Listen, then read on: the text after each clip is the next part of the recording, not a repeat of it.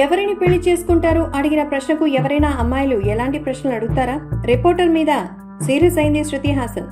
శృతి హాసన్ తాజాగా ఎవరిని పెళ్లి చేసుకుంటారనే క్వశ్చన్ అడిగేసరికి బాగా కోప్పడిందట. నిజమే మరి, శృతి హాసన్ ని పోయి అలాంటి క్వశ్చన్ అడుగుతారా? ఎవరండి పాపం ఆ రిపోర్టర్? అనవసరంగా టైం వేస్ట్ కాకపోతే. శృతి హాసన్ ఒక మల్టీ టాలెంటెడ్ సకల కళా వల్లభుడైనటువంటి కమల్ హాసన్ గారి కుమార్తె శృతి హాసన్. సో శృతి హాసన్ కి సంబంధించిన విషయంలో ప్రతి ఒక్కరు కూడా తెలిసిందే ఏంటంటే, శృతి హాసన్ చాలా అద్భుతమైనటువంటి ఒక నటి, మ్యూజిషియన్, అంతేకాకుండా డైరెక్షన్లో కూడా ఛాన్స్ ఇస్తే చేసేస్తుంది. సో శృతి హాసన్ తాజాగా ఒక విలేకరుల సమావేశంలో మాట్లాడుతూ మరి తన పెళ్లికి సంబంధించిన విషయంపై అడిగినటువంటి వ్యక్తిపై మరి బాగానే మండిపడింది. సో ఇప్పటికే పలువురు బాయ్ ఫ్రెండ్స్తో నేరుగా వాళ్ళకి సంబంధించినటువంటి వీడియోస్తో సైతం మరి షేర్ చేసిన శృతి హాసన్ ముఖ్యంగా మన పవన్ కళ్యాణ్తో నటించిన గబ్బర్ సింగ్ సినిమాతో టాలీవుడ్లో మంచి ఫేమస్ అయిపోయింది. సో ఇటీవలే శాంతను హజారికా శృతి హాసన్ కి బ్రేకప్ చెప్పగా కొన్నాళ్ళు శాంతను శృతి హాసన్ కలిసి కనిపించలేదు. ఇన్స్టాగ్రామ్ అకౌంట్ నుంచి శాంతను ఉన్న ఫొటోస్ కూడా తీసేసింది.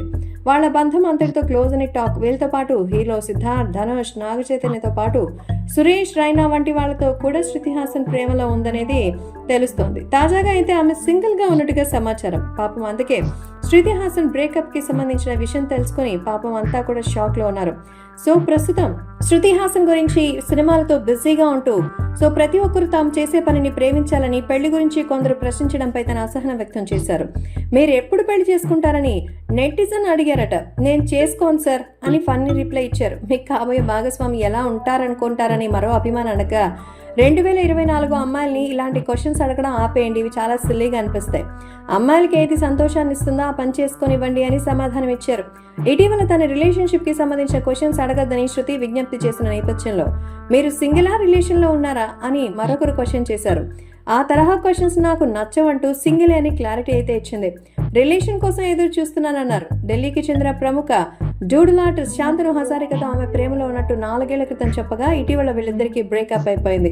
సో మొత్తానికి శృతి హాసన్ సినిమాతో పాటు ప్రైవేట్ ఆల్బమ్స్ తో కూడా ఎంతో చక్కగా ఉంటుంది. ఇటీవల డైరెక్టర్ లోకేష్ కనకరాజ్ తో కలిసి ఇనిమేల్ అంటూ ఒక స్పెషల్ సాంగ్ లో యాక్ట్ చేశారు. అలాగే డెకాయిడ్, చెన్నై స్టోరీస్ లాంటి సినిమాలో చేస్తోంది. ప్రస్తుతం సలార్ సీక్వెల్ లో కూడా ఆమె నటిస్తున్న సంగతి తెలిసిందే.